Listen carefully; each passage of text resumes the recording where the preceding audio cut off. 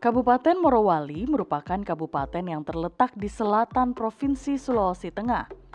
Kabupaten Morowali merupakan salah satu daerah yang dilahirkan pasca reformasi sebagai daerah pemekaran dari Kabupaten Poso pada tahun 1999. Assalamualaikum warahmatullahi wabarakatuh, pemirsa TVRI dimanapun Anda berada. Kembali berjumpa bersama saya Lugi Gerinsa. Hari ini menjadi hari yang spesial untuk saya karena saat ini saya berada di Kabupaten Morowali, tepatnya di depan rumah jabatan Bupati Morowali. Hari ini dalam program Lebih Dekat, saya akan bersama dengan Bupati Morowali, Bapak Dr. Andes Taslim, untuk mengikuti keseharian beliau, agenda beliau hari ini apa saja, dan kita akan mengenal lebih dekat seperti apa sih sosok dari Bupati Morowali, Bapak Dr. Andes Taslim. Langsung ikuti saya. Setelah dua bupati memimpin wilayah Kabupaten Morowali sebelumnya dari kurun waktu tahun 1999, kini Kabupaten Morowali dipimpin oleh sosok bupati yang sangat sederhana, namun memiliki karisma dan berwibawa, yakni Dr. Andes Taslim. Bupati Kabupaten Morowali, Dr. Andes Taslim menjabat sejak 26 September tahun 2018. Sederhana namun tetap dihormati, itulah sosok bupati yang gemar bersepeda ini.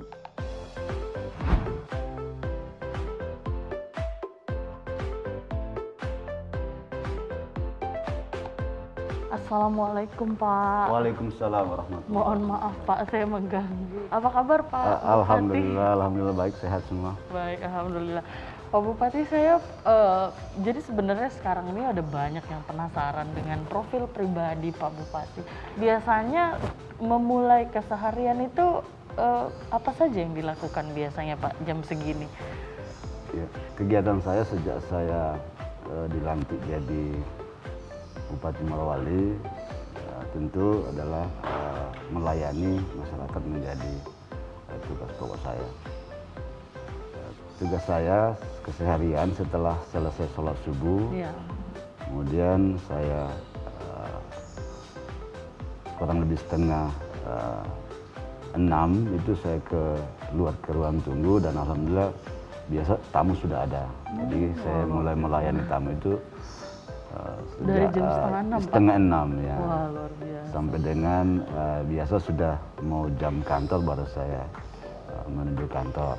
Terus di kantor lagi kita sambung lagi melayani masyarakat. Lagi, Pak, ya. Baik. Tapi biasanya Pak di sela-sela kegiatan tentu ada hal yang Bapak lakukan begitu. Biasanya apa sih Pak? Hobi seorang Bupati Morowali itu apa sih Pak? Ya. Kalau ditanya hobi sih saya banyak hobi saya.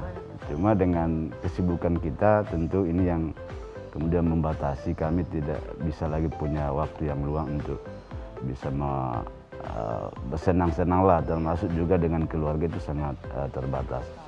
Saya biasa punya waktu luang itu di hari Sabtu dan Minggu ya. Kemudian saya habiskan waktu biasa berolahraga dengan sepeda, kemudian kadang juga saya ke kebun biasa sama keluarga ya.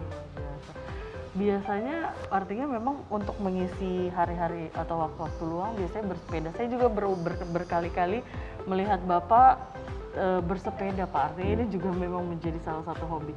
Nah kemudian kalau keluarga Pak biasanya menghabiskan waktu juga dengan keluarga. Anak ada berapa Pak? Saya kalau anak ada 5. Wah. Yang pertama itu alhamdulillah sekarang ada mengabdi di alma maternya di Untat menjadi salah satu dosen di Fakultas Teknik. Nah, yang kedua hari ini melanjutkan pendidikan dokter spesialisnya di Unhas Makassar. Kalau yang ketiga lagi menyelesaikan studi di Untat juga di Fakultas Ekonomi. Yang keempat ini di Jogja juga kuliah mengambil jurusan hukum juga. Yang kelima, yang terakhir kelas 2 SMP. Pak Bupati, sejauh ini biasanya seperti apa sih Bapak? Sepertinya karena kelihatannya anak-anak Bapak nih ada yang hukum, ada yang teknik, berbeda-beda gitu iya. Pak. Bagaimana sih Pak Bapak mengarahkan mereka terkait dengan pendidikan yang akan dipilih oleh mereka selama ini? Kalau persoalan pendidikan itu saya serahkan ke masing-masing pribadi mereka, mana yang lebih mereka senangi, sehingga tentu nanti dalam proses belajar mengajar mereka bisa menguasai. Tapi mereka cukup sering kembali ke sini Pak, atau biasanya berkumpul di mana Pak? Kalau lagi kumpul keluarga Lebaran misalnya? Kalau akhir-akhir ini hampir saya katakan jarang Cukup jarang. berkumpul karena dengan kesibukan masing-masing. Ya, dan pandemi juga. Iya, ya, Pak. pandemi. Baik. Artinya memang cukup jarang untuk kumpul keluarga, belum lagi kesibukan Bapak. Hari ini ada agenda apa saja Pak? Mohon maaf. Kalau agenda saya hari ini Pasti padat ya Pak. ya padat. Nah, cuma ada agenda yang sudah terjadwal untuk ada eselon 2 yang hari ini akan melakukan ekspos terhadap proyek perubahan mereka sebagai persyaratan mereka mengikuti PIM 2. Pak Bupati, kalau saya boleh bertanya satu hal yang kemudian membuat Pak Bupati sangat jatuh cinta kepada Morowali itu apa sih Pak? Nah, tentu kalau itu yang ditanya pasti setiap anak bangsa, setiap anak daerah pasti ada rasa kecintaan dan tanggung jawab terhadap daerahnya. Kemudian itulah yang kemudian memotivasi saya untuk berjuang di bidang politik dalam rangka untuk mewujudkan keinginan saya untuk membangun daerah saya. Perjuangan ini sejak tahun berapa Pak? Mungkin boleh diceritakan sedikit kepada kami. Kalau perjuangan saya sejak 91 saya selesai menyelesaikan studi saya di Unpad, kemudian saya pulang kampung dan saya langsung diajak oleh senior-senior saya bergabung ke partai politik. Jadi saat itu saya gabung ke Partai Golkar karena dulu masih 3 partai politik. Iya betul. Kemudian saya mulai menggeluti dunia politik dan banyak bergaul dengan para tokoh-tokoh, kemudian banyak memahami kondisi daerah, kemudian banyak mengetahui masalah-masalah masyarakat, sehingga itu yang kemudian membuat saya semakin yakin bahwa saya bisa merubah daerah ini kalau saya berjuang lewat partai politik. Kalau misalnya ada saat ini pemuda begitu yang saat ini sedang menyaksikan program Lebih Dekat, apa sih sebenarnya yang ingin Pak Bupati sampaikan kepada mereka terkait dengan perjuangan melalui politik ini? Apakah memang untuk para pemuda dan pemudi saat ini meraih mimpi mereka melalui jalur politik dimungkinkan, Pak? Ya, sebenarnya kalau kita ingin bicara apa yang ingin kita dapatkan, ya, tentu masing-masing orang punya tujuan berbeda. Ya. Kalau ingin mengabdi kepada bangsa negara, pada daerah, tentu jalurnya jalur politik. Ya. Tetapi di sektor lain, di bidang lain juga, di dunia usaha itu juga bisa menjadi wadah pengabdian kita kepada bangsa dan negara ini. Jadi tentu semua orang berpeluang untuk mengabdikan dirinya di lewat bidang apa saja, mau agama, mau dagang, mau organisasi sosial kemasyarakatan, itu semua bisa menjadi wadah orang untuk bisa mengabdikan dirinya terhadap bangsa dan negara. Jadi tidak selalu melalui jalur politik, begitu ya. Tapi kalau mau mengikuti jejak karirnya Pak Bupati Morowali boleh melalui politik. Artinya sejak dini waktu itu umur berapa Pak? Iya, usia saya di 23 tahun. Wow. Ya. Sejak 23 tahun Bapak sudah bergelut di dunia politik. Nah, kalau misalnya hari ini saya izin untuk ikut sama Bapak, mengikuti agenda-agenda Bapak, boleh ya Pak? Boleh. Karena saya berharap nanti di program ini kemudian yang menyaksikan akan lebih mengenal begitu profil dari Bupati Morowali, apalagi yang mungkin berada di daerah lain begitu Pak. Hari ini tentu Pak Bupati akan sangat sibuk begitu pemirsa, tapi hari ini saya mendapatkan kesempatan spesial untuk mengikuti perjalanan dan agenda Bupati Morowali Bapak Dr. Andes Taslim menjalani hari-hari beliau. Seperti apa? Jangan kemana-mana, nanti akan ada segmen saya bersama dengan Bupati Morowali kembali dalam program Lebih Dekat. Jadi biasanya ke kantor jam berapa Pak setiap hari? Kalau saya masuk kantor tepat waktu saya. Selalu tepat waktu. Iya. Memang kabarnya Pak Bupati Morowali ini selalu on time begitu Pak. Nah itu kan sebenarnya kualitas juga ya Pak. Apakah itu Bapak dapatkan dari mana Pak? Kedisiplinan itu tumbuh dari kecil kah Pak? Seperti apa pada saat Bapak masih kecil? Ya memang dari kebiasaan ya. Tapi kita kadang tidak menyadari bahwa disiplin itu sudah tumbuh sejak awal dari lingkungan keluarga. Betul. Jadi orang tua saya ini kan seorang pedagang, kerja keras yang kemudian itu yang mendidik kami menjadi orang yang bisa menggunakan waktu sebaik mungkin. Wah, luar biasa. Jadi memang dari lingkungan keluarga itu memang penting begitu Iya. Pak ya. Ada nilai-nilai begitu yang dibawa oleh anak-anak. Tapi kalau misalnya yang selalu Bapak tanamkan kepada anak-anak Bapak yang berlima ini apa saja sih Pak biasanya? Sebenarnya integritas. Integritas. Nah, itu modal kita di dalam kehidupan kita, dalam kita bermasyarakat itu yang perlu kita pertahankan integritas. Baik. Ini antara satunya kata dengan perbuatan kita. Harus sesuai Iya, harus gitu sesuai. Pak ya, betul. Jadi tapi selama ini dari kelima anak itu apakah ada yang memperlihatkan akan mengikuti jejak Bapak begitu Pak ke dunia politik? Kalau sampai hari ini belum ada. Belum ada yang terlihat. Nah, kalau saya juga dulu sejak kecil kan kami hidup di lingkungan pedagang. Iya. Nah, tidak pernah kami terbayangkan bahwa saya ini akan masuk di dunia politik karena memang di lingkungan keluarga saya tidak ada politisi. Nanti di saya sama Haji Ahmad Ali ini yang kemudian kami masuk di dunia politik. Oh iya. Hubungan Bapak dengan Pak Haji Ahmad Ali seperti apa Pak? Haji Ahmad Ali itu ponakan saya. Bapaknya Ahmad Ali itu sepupu dengan saya, sepupu sekali dengan saya.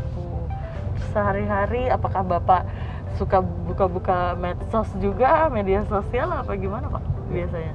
Saya kalau di media sosial saya tidak terlalu aktif. Karena bagi saya kadang biasa hanya melihat di media sosial hanya banyak berita yang tidak produktif. Iya. Jadi saya tidak mau menghabiskan waktu saya, apalagi mau memberi tanggapan dengan berita-berita yang sifatnya provokatif. Iya, betul. Jadi artinya biasanya Bapak tuh kalau berangkat ke kantor ini begitu sampai kantor sudah langsung ada tamu lagi Pak? Iya. Kadang seperti itu. Nah, kalau begitu kita sampai, tamu-tamu kita sudah banyak.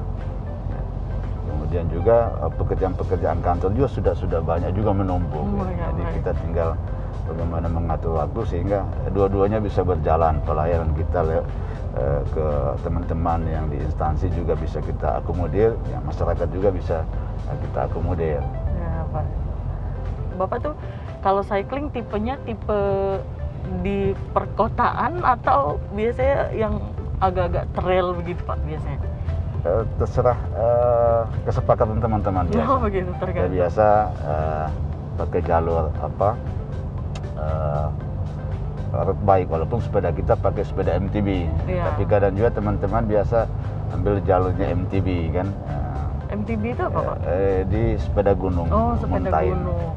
Biasanya kalau pakai jalur MTB itu kita jalurnya kemana ya Pak kalau di Morowali? Kalau Morowali banyak jalurnya. Banyak ya, Pak? Kita dalam kota banyak jalur-jalur yang bisa kita lewati, rute yang kita bisa lewati. Termasuk jalur dari Bungku Kota itu ke Bungku Timur itu jalurnya agak berapa kilo itu Pak biasanya? Itu kurang lebih 20 kilo lebih ya jalur Bungku Kota sampai ke Bungku Timur Kolon ya. 20 kilo Pak. Kita minggu kemarin kita main dari sini ke Bumi Raya itu kurang lebih 60 kilo. 60 kilo. Tapi lewat jalur ini ya Pak? Ya. Jalur perkotaan begitu Pak ya?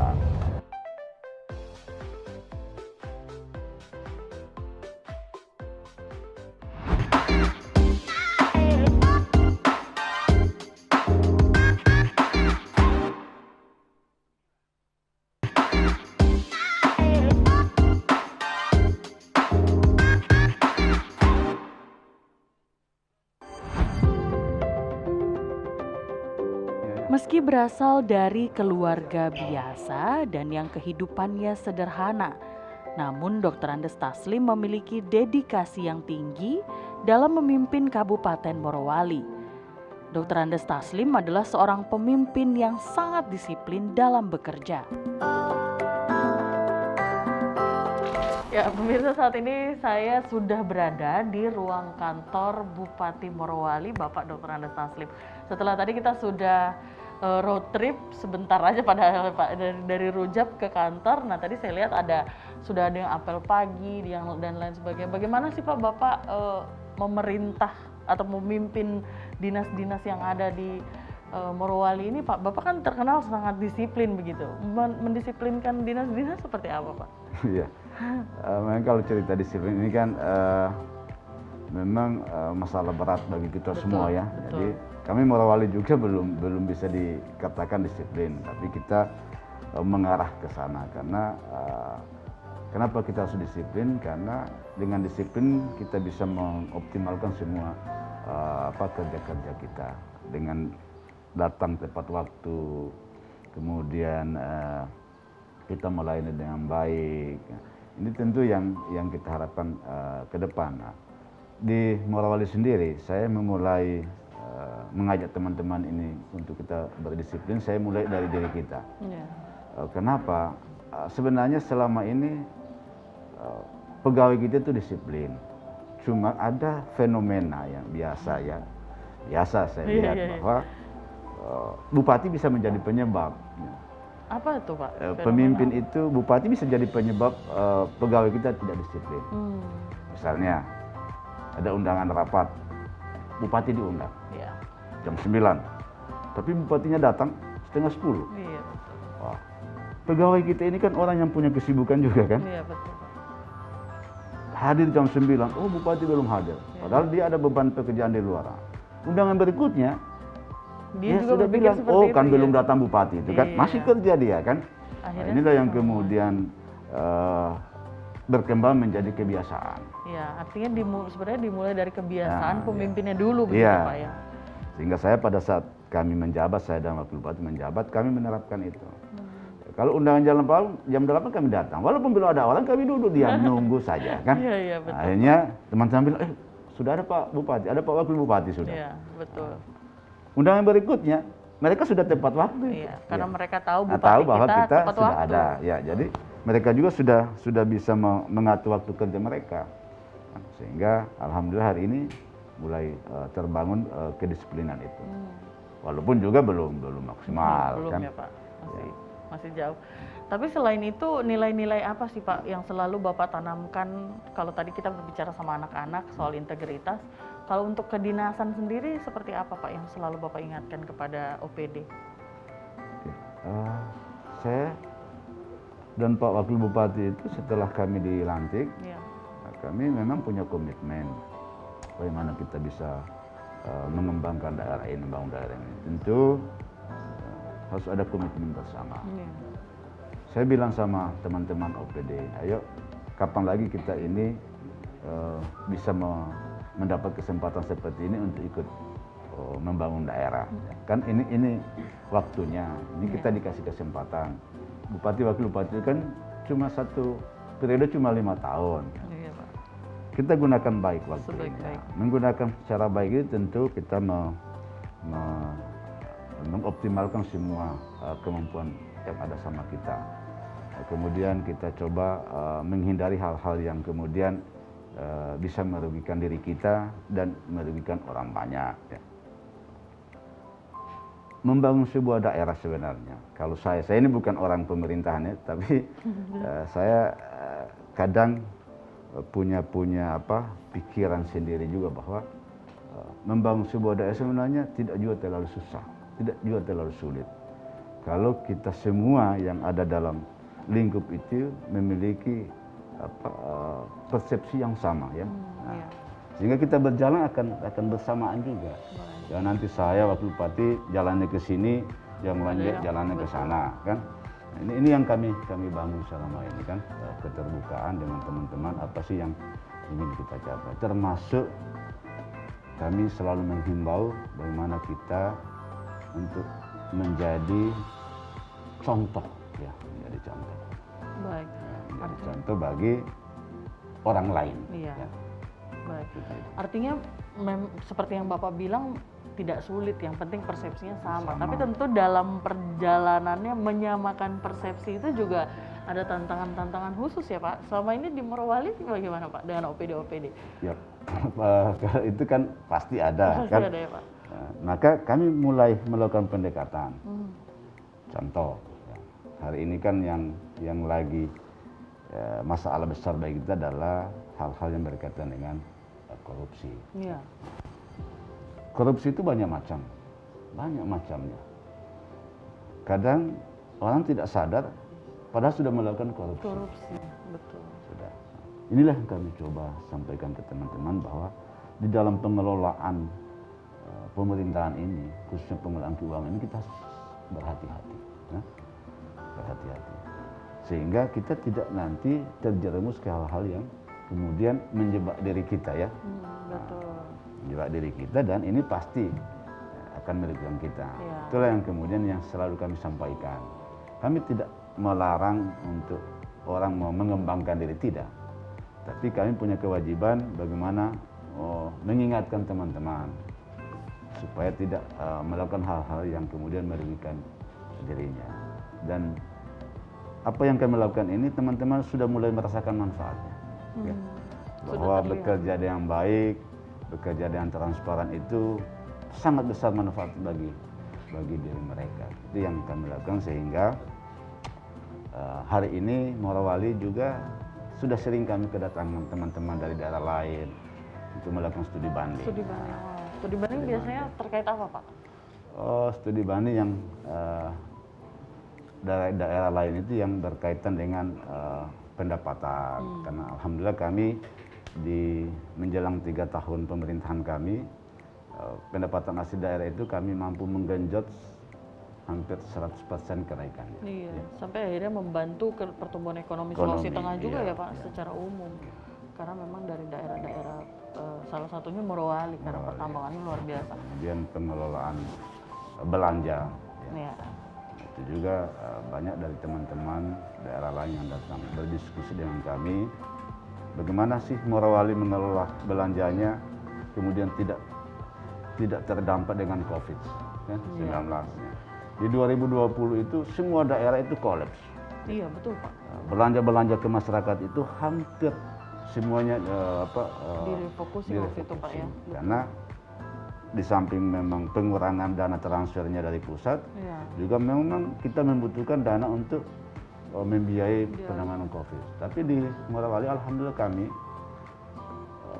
belanja masyarakat itu satu kegiatan pun yang tidak ada yang kami hilangkan di tahun 2020. Ya. Kita sebenarnya pengelolaannya sederhana tadi. Kami duduk semua pimpinan OPD, kami cuma melihat di postur APBD kita itu belanja-belanja mana sih yang tidak terlalu mendesak, ya, yang tidak terlalu prioritas. Itu yang kami kemudian alihkan untuk penanganan COVID. Alhamdulillah setelah kami lihat, kami mengambil dari belanja-belanja operasional kantor, makan minum, perjalanan dinas. Kan? Iya. Itu yang kami alihkan, itulah yang kami gunakan di 2020 itu untuk menanggulangi COVID-19. Jadi belanja-belanja modal kita ke masyarakat itu tidak ada satupun yang kami hilangkan, sehingga proses pelayanan kami ke masyarakat itu berjalan seperti tidak ada COVID. Artinya termasuk dana bantuan, kemudian insentif kepada tenaga kesehatan juga semuanya lancar artinya Pak di sini. Karena di beberapa daerah lain itu kan menjadi masalah juga ya Pak. Alhamdulillah kalau kami saat ini ya, semua hak-hak tenaga medis yang berkaitan dengan COVID itu tidak ada yang tidak kami tunaikan, dan itu semuanya tepat waktu ya. Kecuali kemarin ada dana yang sumbernya dari pusat, itu yang sedikit agak lambat. Yang dana yang untuk tenaga-tenaga medis kita di rumah sakit. Tapi yang berkaitan dengan sumber dana yang APBD, semua alhamdulillah kita bisa tunaikan. Sudah ditunaikan, dilunasi di depan loh. Dilunasi. Baik, Pak, kalau misalnya itu kan tadi kita berbicara masalah refocusing anggaran terkait dengan pandemi, artinya selama ini Morowali cukup aman begitu Pak ya.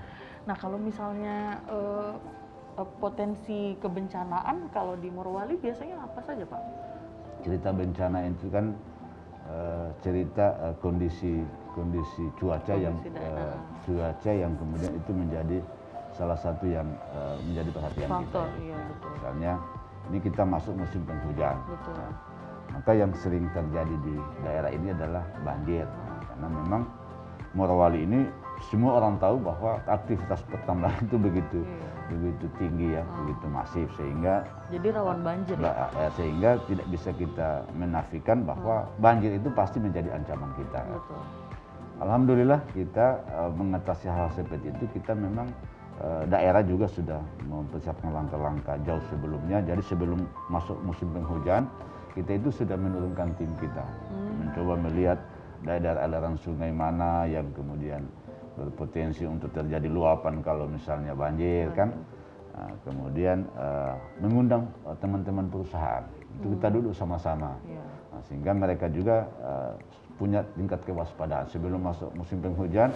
Mereka juga sudah menata ya wilayah-wilayah pertama mereka, sehingga kalaupun terjadi curah hujan tinggi kemudian banjir, itu masih bisa kita kendalikan. Sejauh ini biasanya di Kabupaten Morowali daerah mana saja yang rawan-rawan ini Pak? Oh, memang ada daerah yang rawan banjir, seperti di wilayah Bungku Timur. Itu memang rutin itu ya, rutin itu. Tapi alhamdulillah bisa diatasi ya Pak.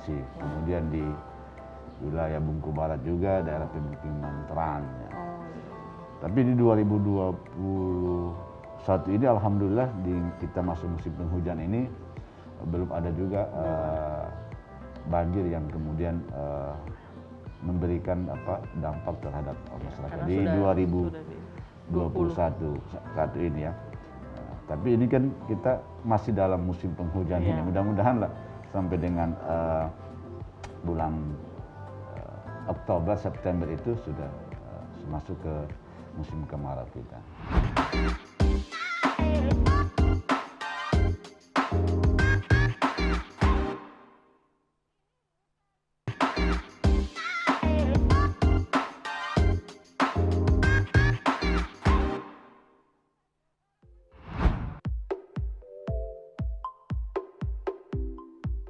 Sejak dirinya menjabat bupati sejak tahun 2018, berbagai program telah dilaksanakan sesuai janjinya saat kampanye. Banyak sekali program kerja Bupati Morowali Dr. Andes Taslim yang kesemuanya untuk kesejahteraan masyarakat Kabupaten Morowali. Hari ini saya masih di ruang kerja beliau dan kita masih akan ngobrol-ngobrol seputar program kerja yang selama ini dibawa oleh Bapak Bupati dan Bapak Wakil Bupati Morowali setelah 3 tahun pemerintahannya di Kabupaten Morowali. Pak, tadi kan kita sempat membahas terkait dengan program Bapak dan bagaimana kemudian mengentas dan menangani kebencanaan begitu Pak ya, juga terkait refocusing anggaran yang selama ini berjalan cukup baik begitu. Nah, selanjutnya program kerja Bapak sejak terpilih sebagai Bupati dan juga Bapak Najamuddin, apa saja Pak program kerja unggulan yang selama ini terus difokuskan di Kabupaten Morowali? Jadi Morowali ini kan daerah baru ya. Tentu saya katakan masih banyak menyisakan masalah-masalah. Ya. Sejak kami dilantik, saya dan Wakil Bupati dilantik, program yang kami prioritaskan adalah di wilayah kepulauan. Jadi bagaimana kita bisa membuat keseimbangan antara pembangunan antara darat dan pulau. Alhamdulillah, kalau kita melihat dari sisi kebijakan anggaran kita hari ini, bahwa alokasi anggaran kita ke pulau itu sudah berimbang dengan penganggaran kita yang ada di wilayah daratan. Khusus di wilayah pulau itu ada 3 prioritas utama kami.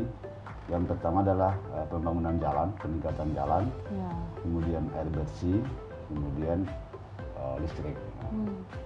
Hari ini capaian kita untuk pembangunan jalan, alhamdulillah di Kecamatan Menui Kepulauan, khususnya di Pulau Menui, ya, Ulu Pak? Nambo itu Menui yang terdiri dari 11 desa. Itu kita sudah hari ini di anggaran 2021 ini sudah kita tuntaskan untuk pengaspalan 29 km.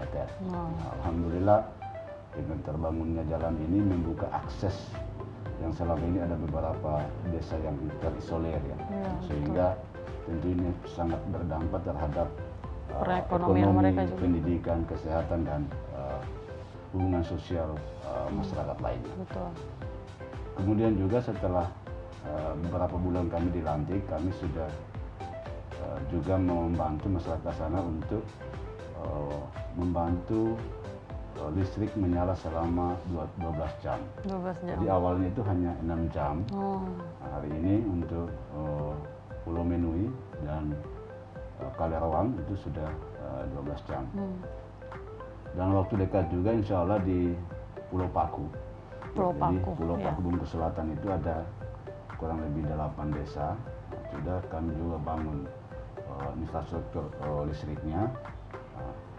Bantuan-bantuan kami di sana, di samping membangun jaringan, kami juga sudah menyiapkan bantuan meteran gratis.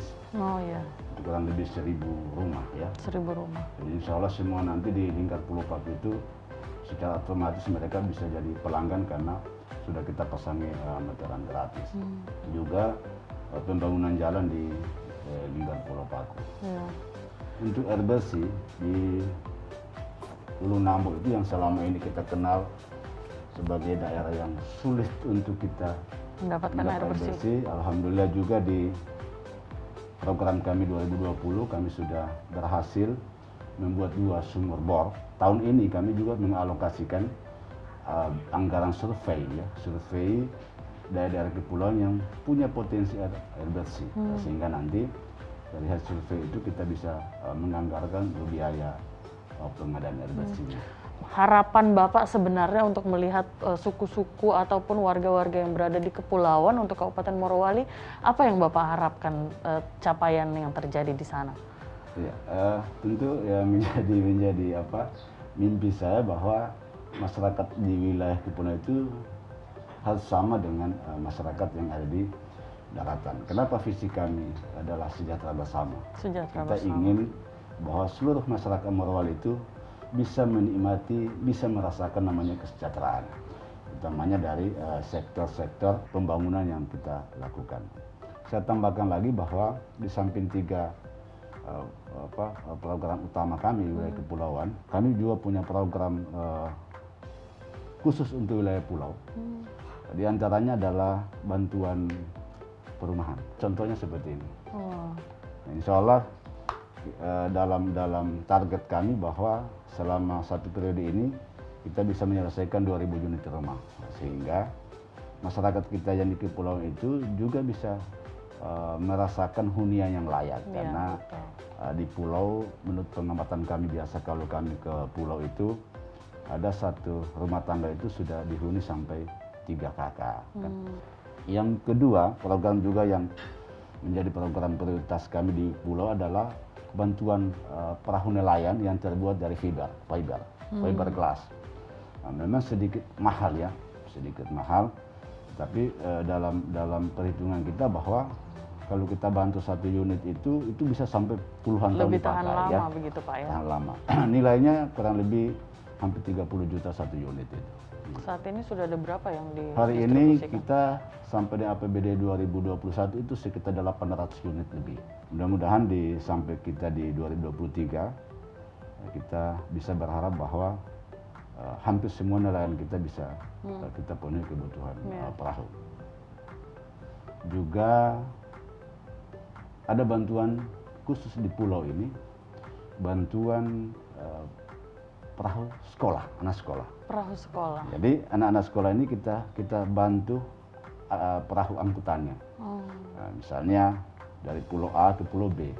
Kemarin kita sudah realisasikan kurang lebih 10 unit perahu itu, dan itulah yang kemudian dimanfaatkan oleh masyarakat kita untuk bisa melanjutkan pendidikan ke jenjang selanjutnya. Artinya sebelumnya ada yang tidak bisa melanjutkan pendidikan Iya, karena itu aksesnya tidak akses ada ya itu, Pak? karena faktor ekonomi ya, orang Iya, tuanya juga tidak punya perahu. Tidak, ya. Di pulau itu kita di sektor pendidikan ya, Iya. kita tambah jumlah tenaga pengajarnya. Jadi guru kontrak daerah itu banyak di pulau. Jumlah guru kontrak daerah saya hari ini kurang lebih 871 dengan insentif per bulannya itu berbeda. Kalau yang di pulau 3 juta per bulan, kalau yang di daerah yang aksesnya mudah dijangkau itu 2.250.000. Baik. Nah, juga saya tambah dengan rumah guru di kepulauan. Jadi kita difasilitasi. bangunkan lagi itu dengan harapan bahwa dengan berbagai program yang kita bantu ini, maka masyarakat di pulau juga akan bisa merasakan pendidikan berkualitas. Iya, betul. Seperti kita di daratan. Betul, Ya. betul Pak. 2021 ini kami sudah juga mungkin meluncurkan bantuan iPad. Ya. Jadi satu siswa, satu iPad di pulau. Wow. Nah, di iPad itu nanti akan isinya adalah mata pelajaran, jadi kami istilahkan buku elektronik. Sehingga mereka bisa sedikit demi sedikit Memahami bisa teknologi juga ya Pak? memahami teknologi dan sama dengan kita yang ada di daratan darat ini. itu. Baik, kalau misalnya kita berbicara mengenai sektor lain Pak, program sektor unggulan kan di sini selain pertambangan juga ada pertanian, ada perkebunan ya Pak ya. Sejauh ini bagaimana perkembangan dari sektor-sektor tersebut Pak? Ya, kalau kita lihat dari sektor perkebunan hari ini masyarakat kita kembali antusias untuk menekuni bidang sektor perkebunan, diantaranya adalah sawit. Di mana saya dan Pak Wakil Bupati setelah kami dilantik, upaya yang kami lakukan pertama adalah mencari investor yang membangun pabrik sawit. Nah, alhamdulillah di 2019 kita mulai pembangunannya, 2020 dan 2021 kemarin ini sudah kita selesai dan sudah mulai beroperasi. Nah, dengan beroperasinya pabrik sawit yang baru ini terjadi kompetisi harga. Iya betul. Nah, inilah yang kemudian menyemangati kembali petani-petani kita untuk merawat, dan ada yang ingin menambah luasan perkebunannya. Jadi di pertanian itu kita genjot pengadaan bibit, bantuan ke masyarakat seperti itu. Pak Bupati, seringkali kan kita mendengar Bapak punya semboyan yaitu sejahtera bersama. Iya. Sejauh ini bahkan itu juga kami dengarkan dari para ASN yang selama ini Bapak di bawah kepemimpinan Bapak. Iya. Sejauh ini seperti apa Pak? Bapak selalu berharap untuk sejahtera bersama ini, apa saja program kerja yang terkait dengan hal tersebut? Kalau misalnya kita berbicara terkait dengan kesejahteraan ASN misalnya. Kalau kita cerita ASN dan PHL, tentu ada perubahan yang cukup signifikan. Karena yang saya dengar memang seperti itu Pak. Jadi honorer itu dulu, itu kan insentifnya paling 500.000, ya. 750.000, 1 juta paling tinggi. Paling Itu mungkin daerah lain masih berlaku. Jadi setelah kami ini dilantik, saya tanya ke keuangan, apa sih yang menjadi masalah kemudian anak honorer tidak bisa dibayar per bulan? Karena kita saja yang pendapatannya lumayan, kalau lambat 1 hari ngamuk-ngamuk juga kita kan. Betul, Pak. Kalau yang 500.000 3 bulan lagi Pak. 3 bulan. Ya kan tidak ada regulasinya, oke? Kalau tidak ada bayar per bulan dan naikkan insentifnya, acuannya UMR. Nah, kemudian PNS kita kan tunjangan kinerja. Alhamdulillah juga nanti tanya mereka lah. Ya. Kabarnya juga ada kenaikan. Tapi kan mereka bilang ya ada peningkatan kan, dan juga pembayarannya lancar. Tidak pernah terlambat. Kedepannya Pak, untuk membawa sejahtera bersama ini akan kemana lagi nih kerja-kerja Bapak dan Bapak Wakil Bupati? Jadi kita kan kalau kita melihat masyarakat kita itu banyak profesinya. Betul. Jadi jangan hanya melihat bahwa masyarakat Morowali itu ASN. Iya, betul. petani, nelayan. Nelayan. Tapi ada yang usaha jasa lainnya, misalnya tukang menjahit, Iya, tukang jual bakso. betul Pak, betul. Mereka dapat apa dari pemerintah, Dari kan? pemerintah. Penjual sayur di pasar, mereka dapat apa? Nah, ini juga kami sentuh, ya. Jadi kami sangat intens melakukan kegiatan pelatihan, baik berkaitan dengan keterampilan, skill dia dalam pekerjaannya maupun berkaitan dengan sumber daya manusianya yang berkaitan dengan manajemen usaha, ya. Kemarin kami sudah melakukan kegiatan pelatihan bekerja sama dengan Politeknik ST3 Bandung, ya. Sekolah Tinggi Teknologi Tekstil Bandung. Tekstil. Jadi kita mitra kerjaan seperti itu, kan. Nah, sehingga masyarakat kita ini mendapatkan pelatihan yang berkualitas, yang punya daya saing, ya. Dari pelatihan itu kemarin saya menyerahkan bantuan mesin jahit dan mesin obras untuk mereka gunakan sebagai peralatan mereka dalam mengembangkan usaha. Dan insya Allah di 2022 saya sudah mencanangkan juga untuk membangun sebuah kawasan industri garmen di Morowali, ya. Ini Betul. kalau kita buka ini maka akan menyerap tenaga kerja. Nah, sehingga harapan sejahtera bersama tadi itu akan menyentuh semua kalangan. Elemen lapisan masyarakat kita, ya. Termasuk juga penyiapan modal usaha. Kemarin saya kerjasama dengan pusat inkubasi usaha kecil, ya, usaha kecil yang ada di Untat, untuk mereka melakukan pendampingan terhadap bumdes-bumdes di Kabupaten Morowali. Karena di APBD saya kami alokasikan dana 200 juta per desa untuk menjadi modal usaha di setiap bumdes. Baik. Kenapa kita siapkan dana 200 juta? Ya, jadi dasarnya ada. Di wilayah kepulauan itu potensi orang berusaha besar. Tetapi di sana ada kendala. Nah, dari mana mereka bisa dapat modal? Ya, Bank jauh, betul. mereka tidak punya sertifikat rumah, dan lain sebagainya. Maka itulah yang kemudian mendasari kami untuk menyiapkan dana itu. Sehingga nanti masyarakat kita yang butuh modal 500.000 sampai 5 juta sampai 10 juta itu tidak harus ke bank lagi. Iya. Cukup dengan dana 200 juta tadi, kan. Betul. Nah, sehingga mereka juga bisa terbantu, ya ya. Pak. Selanjutnya saya juga mendengar ada pengiriman santri setiap tahun, ya Pak, ke Yaman, ya Pak, kalau tidak salah. Itu sudah itu merupakan salah satu program atau seperti apa, Pak? Sudah ada di pemerintahan sebelumnya, Pak? Itu program kita dalam rangka mewujudkan sejahtera bersama tadi, bahwa kesejahteraan itu bisa datang, bisa hadir lewat pendidikan. Pendidikan, betul. Jadi kita menyiapkan sumber daya yang mumpuni, ya. Di antaranya di sektor pendidikan. Di Morowali ini adalah daerah yang mayoritas beragama Islam. Betul. Nah, kemudian kekuatan Islam itu menjadi kekuatan utama kita di sini. Maka jadi wajib bagi kita bagaimana menyiapkan sumber daya manusia yang Islami, sehingga betul-betul Islam di Morowali bisa menjadi rahmatan lil alamin. Kenapa saya kirim ke Yaman? Karena saya yakini di sana, di Yaman itu mereka akan mendapatkan pendidikan yang sama persis dengan pendidikan yang ada di Al-Khairat Pusat Palu, ya. Jadi sama harapannya- persis. Nah, sehingga nanti ini akan sesuai dengan karakter masyarakat Morowali.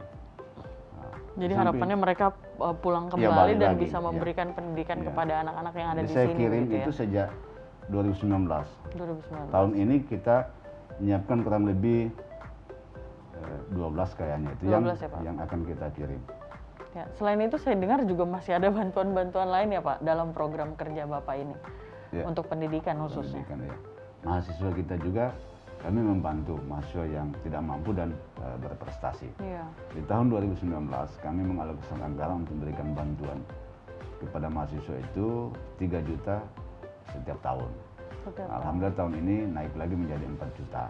Jadi baik yang berprestasi maupun tidak mampu itu dapat 4 juta. Juga kemarin di tahun 2020 saya sudah juga membantu memberikan bantuan hibah ke 5 pondok pesantren untuk pembangunan pondok asrama. Jadi masing-masing pondok itu 1 miliar. Jadi ada 5 pondok pesantren yang kami bantu, nilainya 5 miliar. Nah, tahun ini juga sudah kami alokasikan 3 pondok pesantren, juga kita bantu 1 miliar untuk pembangunan tambahan asrama-asrama mereka.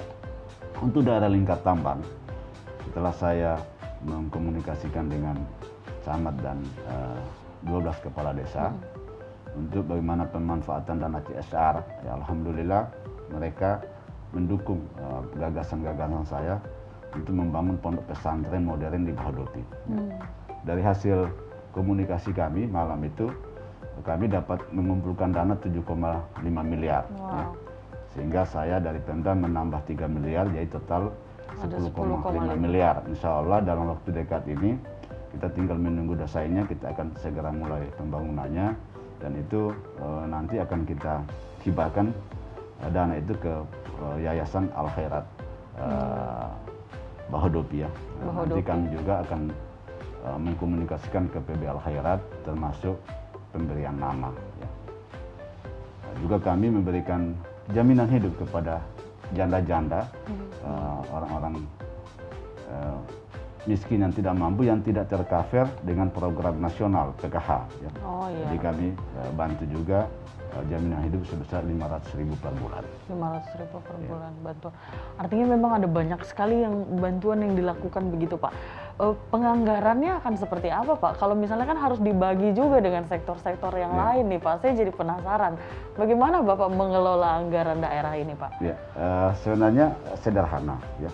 Karena mengelola keuangan itu mengelola keuangan daerah itu tidak beda jauh dengan mengelola keuangan sebuah perusahaan. Ya, jadi prinsip yang kita pegang adalah prinsip efisien dan efektif. Jadi efisiensi itu yang penting. Ya. Nah, betul. Pendapatan saya hari ini alhamdulillah masuk di tahun ketiga saya bisa menaikkan pendapatan daerah itu hampir 100% kenaikannya. Wah, luar biasa. Nah, dari sebelumnya ya. Nah, saya dengar tahun ini 300 M ya? Insya Allah. 2020 kemarin 310 miliar. Luar biasa. Nah, yang sebelumnya kita hanya sekitar 150 M. Ya. Jadi kenaikan signifikan. Itulah yang kemudian kita pakai membiayai tadi program-program yang pro rakyat tadi itu ya. Artinya sampai saat ini hampir semua sektor sudah tersentuh oleh APBD ini Pak ya. Kalau semua program kerja ini tepat sasaran, artinya angka kemiskinan sudah jelas pasti turun. Tapi tentu SDM Bapak juga harus, kapasitasnya juga harus terus ditingkatkan untuk mengikuti program kerja dan ide-ide visioner Bapak ini gitu. Sejauh ini seperti apa Pak? Mungkin yang terakhir aja. Kemarin kan kami melakukan forum group discussion, mengundang seluruh kepala desa dan ketua BPD. Untuk kita sama-sama dalam satu forum, kemudian diberi pencerahan oleh Pinbook ya, dari Pusat Inkubasi Bisnis Usaha Kecil UNTAD-nya. Ini upaya-upaya kami dalam rangka peningkatan sumber daya manusia. Di samping itu juga kami selalu memberikan bimbingan teknik kepada pemerintah desa, kepala desa, aparat desa, BPD dalam rangka pengelolaan keuangan desa, pertanggungjawaban keuangan desa, kemudian menyusun program. Nah, ini yang sering kami lakukan dalam rangka untuk menyiapkan, meningkatkan sumber daya aparatur kita sampai ke desa-desa sehingga pemahaman itu akan sama ya. Begitu ya Pak. Konsep dari atas itu, program itu siapa yang kita tuju, kan? Dan apa hasilnya nanti kita bisa punya sama outputnya. ya. Jadi kalau lari semuanya sama-sama lari begitu Pak ya. Baik, Pak Bupati terima kasih, saya banyak belajar dari Bapak hari ini, mudah-mudahan. Tapi saya sih kalau berbicara soal optimisme, saya juga optimis dengan segala program kerja Bapak, insya Allah semuanya dilancarkan Pak. Amin. Akan lancar semua tujuan-tujuan dan sejahtera bersama ini di Morowali bisa terwujud. Terima kasih banyak Pak Bupati untuk waktunya hari ini. Untuk merealisasikan program-program yang telah dicanangkan, Bupati Morowali Dr. Andes Taslim perlu dukungan penuh dari semua elemen masyarakat Morowali tanpa terkecuali. Sehingga ke depan masyarakat Morowali akan semakin sejahtera dan Kabupaten Morowali bisa sejajar dengan wilayah lain di Sulawesi Tengah, bahkan sangat berpotensi untuk menjadi kabupaten terdepan dan termaju di Provinsi Sulawesi Tengah. Ya, pemirsa, itulah tadi program Lebih Dekat bersama dengan Bupati Morowali, Bapak Dr. Andes Taslim. Hari ini kita melihat dan bahkan kita menjadi lebih dekat begitu dengan Bupati Morowali, Bapak Dr. Andes Taslim. Bukan hanya familiar dengan program kerjanya saja, tetapi akhirnya hari ini kita mengetahui Bapak Dr. Andes Taslim, Bupati Morowali, ternyata adalah sosok yang sangat amat peduli dengan masyarakatnya dan juga visioner. Tentu semoga program kerja dan juga keluarga dan juga rencana-rencana beliau semuanya akan dilancarkan. Terima kasih pemirsa untuk Anda yang sudah menyaksikan program Lebih Dekat. Saya akan kembali hadir bersama dengan pimpinan atau sosok-sosok pemimpin lainnya yang akan kita kenal lebih dekat. Saya Lugi Gerensa pamit, sampai jumpa.